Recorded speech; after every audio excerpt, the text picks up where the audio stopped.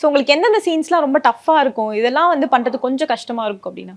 Dubbing artist எல்லாரையும் பொறுத்த வரைக்குமே நான் சொல்கிறேன், எல்லாருக்குமே வந்து இது ரொம்ப வந்து இந்த சீனாக இருக்குது, இது ரொம்ப கஷ்டமாக இருக்கும், இது ரொம்ப கஷ்டம் போல இருக்குது அப்படின்லாம் வந்து எனக்கு தெரிஞ்ச எங்கள் ஆர்டிஸ்ட் யாருமே அவ்வளோலாம் கஷ்டப்பட மாட்டாங்க. அது என்னன்னு தெரியல, அது பார்த்ததுமே வந்து ஓகேன்னு அதுக்கு அடாப்ட் ஆகிக்கிற மாதிரி தான் இருப்போம்.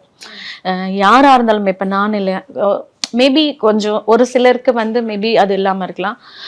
க்ரைங் சீன்ஸில் வந்து என்னென்னா அவங்க எவ்வளோ கொடுத்துருக்காங்க, அது நம்ம வந்து 100% பண்ணலனாலும் நம்ம ஒரு 90% அந்த மாதிரி பண்ணோம், 95% பண்ணோம். சில நேரத்தில் அது என்ன ஆகும், ஆர்டிஸ்ட் சைட்லேருந்து நல்ல ஒரு இது கிடச்சிடும். அவங்களே கால் பண்ணி நானே பேசின மாதிரி இருக்குது அப்படின்னு அந்த ஒரு இது வரும்போது, இப்போ ஆஹா கல்யாணம்லாம் நிறைய வந்து ஃபஸ்ட்டு ஸ்டார்டிங்கில் காமெடி தான்.